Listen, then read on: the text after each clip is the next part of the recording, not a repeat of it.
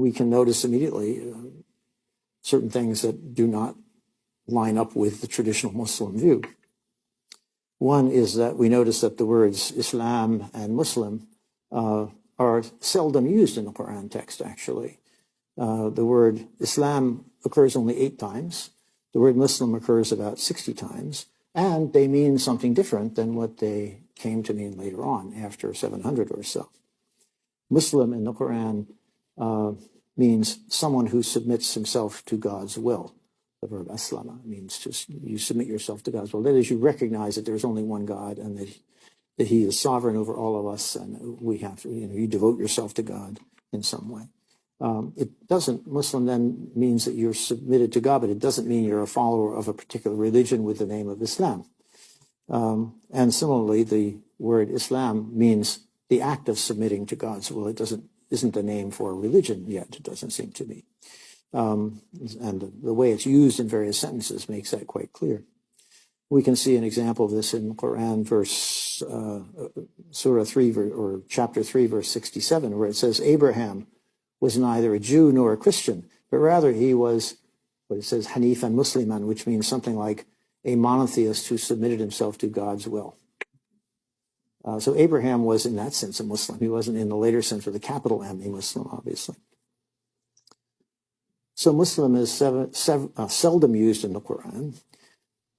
Islam even less frequently. Instead, we see that the main term of address in the Quran, people to whom it's being addressed, and the main term of identity for these people was a related word, which means believers. That was mu'min, is believer, or mu'minun is believers, which is used about 1,000 times in the Quran. It's overwhelmingly more frequent. So this is why I prefer, in the 7th century, really not to talk about Muslims and Islam, but to talk about the believers movement, because that seems to be what these people, how they thought of themselves and what they called themselves. And it's also very interesting when we look into the Quran text that there are some passages in the Quran that make it clear that Christians and Jews, who after all are monotheists, or think of themselves as monotheists, those who are adequately pious, were considered among the believers. So we have this creation of this new community that could have included some Christians and Jews. Quran 2:62, for example, goes, those who believe, and Jews and Christians and Sabians, those who believe in God and the last day and who act righteously, shall receive their reward with their Lord, and they shall neither fear nor feel distress. So they're being promised felicity in the afterlife, because they are believers in the one God and in the last day and so on, and are living righteously. That's also very important.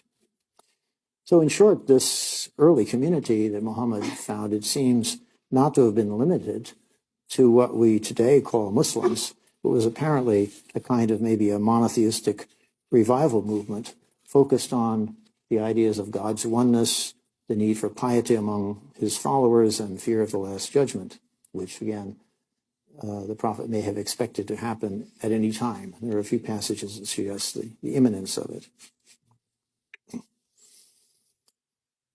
Now, the notion that some Jews and Christians may have been part of the believers' movement, we see implied in the Quran, obviously opens many new possibilities for interpretation.